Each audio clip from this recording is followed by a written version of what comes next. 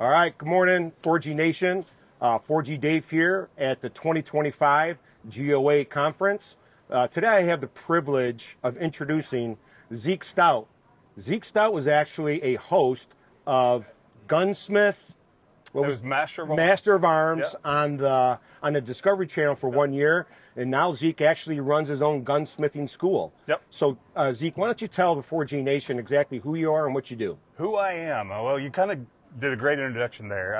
I started off in the gun industry back in 2012. I started a podcast of all things, and within 6 to 8 months, we were the largest gun podcast in the world. It was called Talking Lead. And Marty and I had a great time doing. Oh, it was awesome. It was a blast. And while we were doing that, I started developing this deeper passion for the firearms world. And at the time, I was working for a conglomerate in Nashville. They had car dealerships, insurance companies, radio stations, 2 Mexican radio stations. And I asked my partner, I was like, hey, can I start a podcast in the radio station? So a lot of people don't know this, but Talking Lead actually started in a Mexican radio station. It was awesome.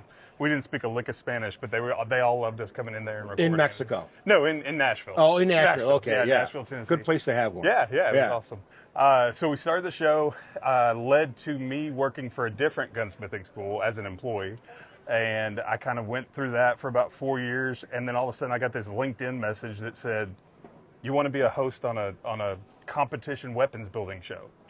And I was like, what? That'll never happen. There's Forged and Fire. There's all this other stuff out there. Yeah, it's never. Yeah, sure, I'll audition. So I didn't care. So it was this moment of when you go to do something like that and you don't care, you just let it all rip because you're not nervous and scared. And next thing you know, I get a call back and they're like, yep, you're going to be our gunsmithing host or gunsmithing judge. That's what it was. And I was like, all right. So then they find out I had radio experience, I had YouTube experience, and all this other stuff. They're like, why don't you be the host? So I had to audition again, and I had to do different things with different weapons to show them and these things.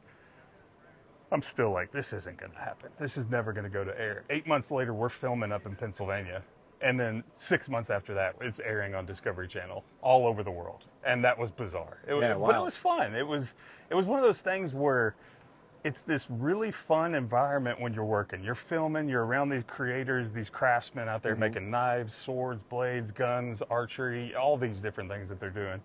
And we're all having a blast. We're busting each other's chops, and it's just a good time. But then it goes to air, and that's a whole different level of stress that I've never experienced, because I'm used to, if I work and something goes wrong, I fix it, I learn how to fix it, or I hire somebody to fix it.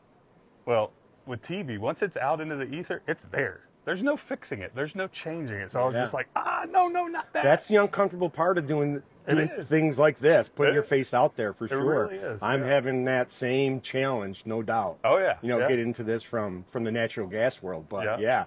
Okay, so then you transitioned into gunsmith a school, right? So what is it that you do with your school, and how do people get involved or get enrolled in your program? That's something that you do? So now I'm the Chief Marketing Officer, Director, and part owner of MGS Trade School, and it's a gunsmithing school.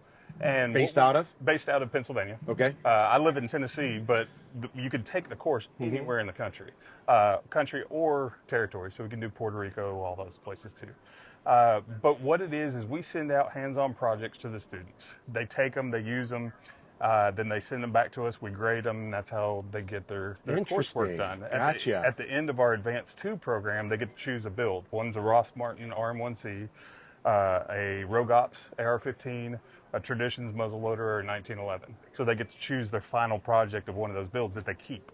So that's kind of cool. And then at the Advanced 2, they also get a pile of tools that they can use to go and start their own career in the gunsmithing world. Hey, man, that is awesome. I mean, my wife would kill me because I got way too much on my plate now, but I'm actually going to take a look into that as an opportunity, because I'd like to be a little bit more proficient with regards to gunsmithing and really understanding how those things work. Maybe even get my son. But hey, Keith, what a great, thanks for telling us a little about yourself. 4G Nation, Zeke Stout, great man. Why don't you try and tell American 4G Nation how to get a hold of you, or the website?